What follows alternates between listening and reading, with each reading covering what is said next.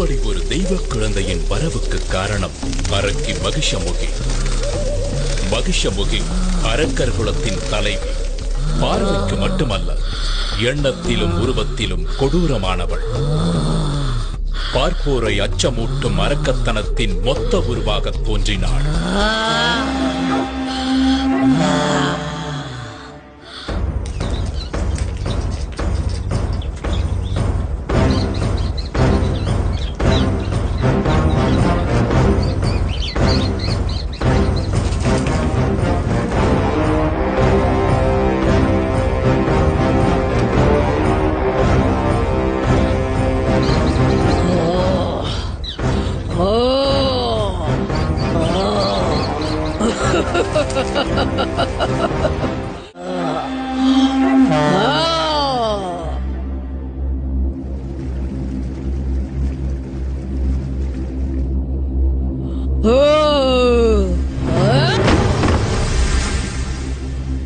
அப்படிப்பட்ட அரக்கி மகிஷமுகியே ஒரு சமயம் பயத்தில் நடுங்கிக் கொண்டிருந்தாள் என்றால் என்ன சொல்வது?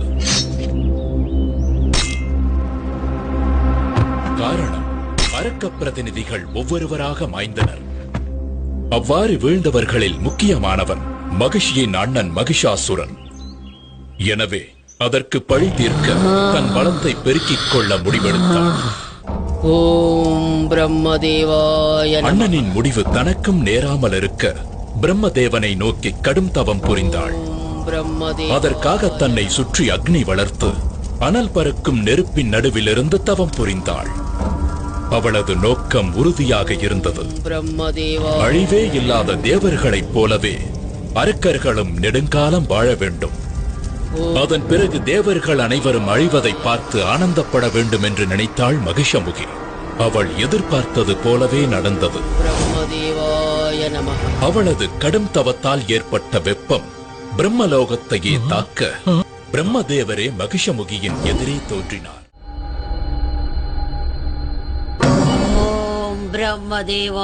மகிஷமுகியே, உன் கடும் தவத்தால் நான் மனம் நெகிழ்ந்தேன். கண் திற. வணங்குகிறேன் நான் முகனே. என் வேண்டுதலுக்கு இணங்கி என் முன் காட்சி தந்தமைக்கு நன்றி. நல்லது மகிஷமுகி, உனக்கு வேண்டிய வரத்தை கேள். பிரம்மதேவனே, தேவர்களைப் போல எனக்கும் சாகா வரம் வேண்டும். அப்படி ஒரு வரத்திற்கு சாத்தியமே இல்லை. இறப்பை யாராலும் தவிர்க்க முடியாது. இறப்பு என்பது இயற்கையின் நியதி. ஆனால் உனக்கு ஒரு சலுகை காட்டுகிறேன். நீ எப்படி யாரால் இறக்க வேண்டும் என்று நினைக்கிறாயோ அந்த வகையில் உனக்கு மரணம் சம்பவிக்க நான் வரம் தருகிறேன். பிரம்மதேவா, நீர், நிலம், நெருப்பு, காற்று மற்றும் எந்த விதமான நோயாலும் ஆயுதத்தாலும் எனக்கு மரணம் ஏற்படக்கூடாது. பஞ்சாச்சரத்தினாலான சிவனுடைய அம்சமும் அஷ்டச்சரத்தினாலான விஷ்ணுவின் அம்சமும் சேர்ந்த ஒரு பிறவியால் தான் எனக்கு மரணம் சம்பவிக்க வேண்டும். அப்படி கடவுள் அம்சமாக பிறக்கும் ஒரு மானுட பிறவியும் ஒரு பாலகனாகத்தான் இருக்க வேண்டும். நீ விரும்பிய வரத்தை உமக்கு அளிக்கிறேன் மகிஷமுகி. ஆயுஷ்மான். தன்னுடைய விதியை தானே நிர்ணயம் செய்து கொண்ட சந்தோஷத்தில் தேவர்களையும் ரிஷிகளையும் முனிவர்களையும் சித்திரவதை செய்து வதம் செய்ய தொடங்கினாள். ஓம் நம சிவாய. ஓம் நம சிவாய. ஓம் நம சிவாய. ஓம் நம சிவாய. ஓம் நம சிவாய. ஓம் நம சிவாய. ஓம் நம சிவாய.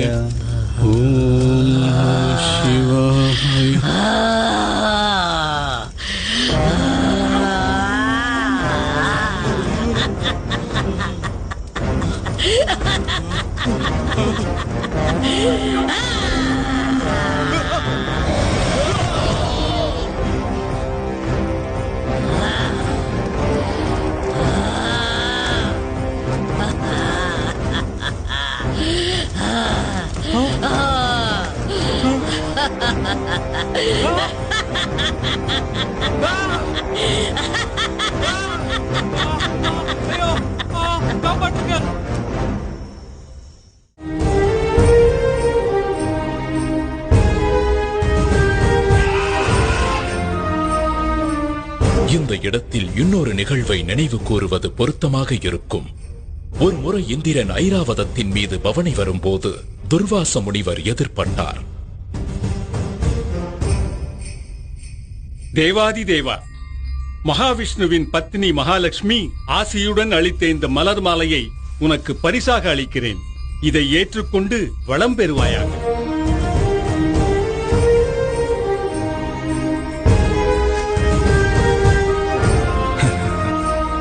இந்திரனோ வெகு அலட்சியமாக யானையின் மீது அமர்ந்தபடியே அந்த மலர் மாலையை ஐராவத யானையின் மத்தகத்தின் மீது வீசினார்.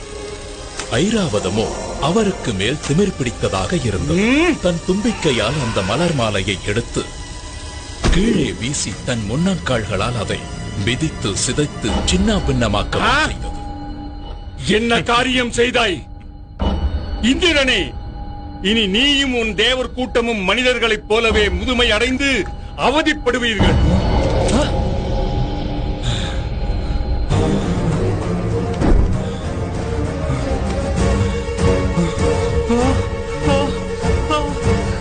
என் உடல், என் கைகள், என் கைகள்.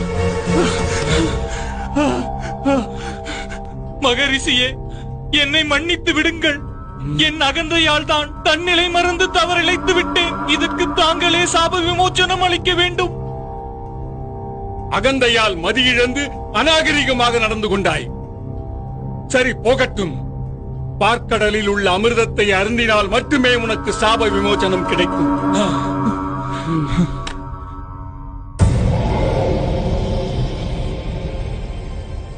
இதற்கிடையில் மகிஷமுகி இந்திராதி தேவர்களுடன் சண்டையிட்டு இந்திரலோகத்தையும் கைப்பற்றிக் கொண்டார்.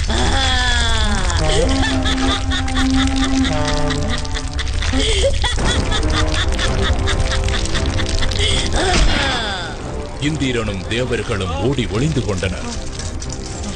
அது மட்டுமல்லாமல் துர்வாசரின் சாபத்தின் காரணமாக உருவத்தில் மூப்பு ஏற்பட்டு நரை கூடி உடல் மெலிந்து மனம் நொந்து போன தேவர்கள் சாப விமோச்சனம் தேடி கைலாயம் செல்ல முடிவெடுத்தனர். பரமேஸ்வரா, இனி நீயே கதி. பரம்பொருளே, எங்களுக்கு அபயம் அளியுங்கள்.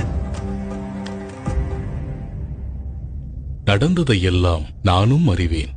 ஈசனே, எங்களுக்கு நேர்ந்திருக்கும் இந்த சங்கடத்திலிருந்து தாங்கள் தான் எங்களை காத்தருள வேண்டும். வலிமை இழந்த உங்களால் பார்க்கடலை தனியாக கடைய முடியாது. எனவே உங்களுக்கு துணையாக அரக்கர்களையும் அனுப்பி வைக்கிறேன். இருவரும் சேர்ந்து கடைவதன் மூலம் கிடைக்கும் அமிர்தத்தை சமமாக பங்கிட்டுக் கொள்ளுங்கள்.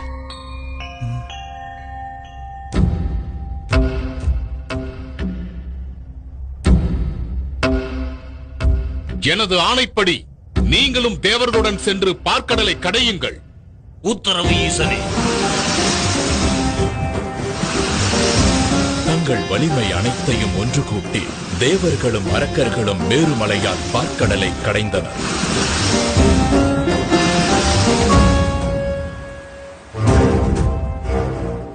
அதில் கிடைத்த அமிர்தத்தை அரக்கர்கள் மட்டுமே எடுத்துச் சென்றனர்.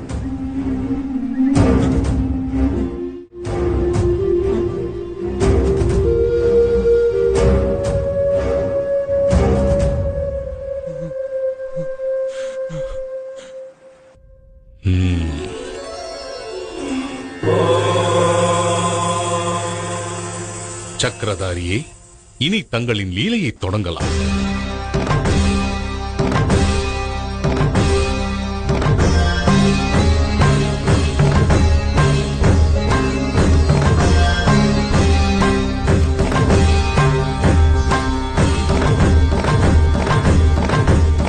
அரக்கர்களின் பலவீனத்தை புரிந்து கொண்ட விஷ்ணு அழகிய மோகினி அவதாரம் எடுத்தார்.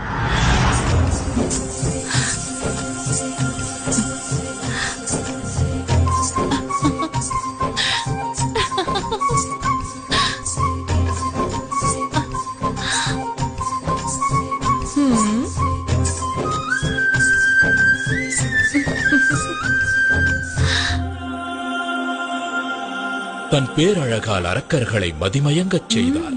அவர்களிடமிருந்து அமிர்தத்தை எடுத்து தேவர்களுக்கு கொடுத்து சாப விமோச்சனம் பெறச் செய்தார்.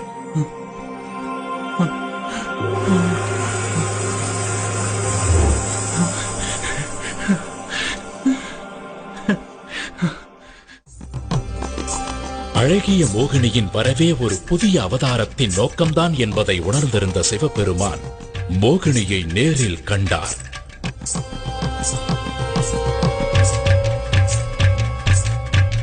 சிவ அம்சமும் விஷ்ணு அம்சமும் ஒன்றாக கலந்தன. அதன் விளைவாக ஜோதிமயமான ஒரு அற்புத ஆண் குழந்தை பிறந்தது. அந்த தெய்வீக குழந்தைதான் அரக்கியை அழிக்க வந்த மணிகண்டன்.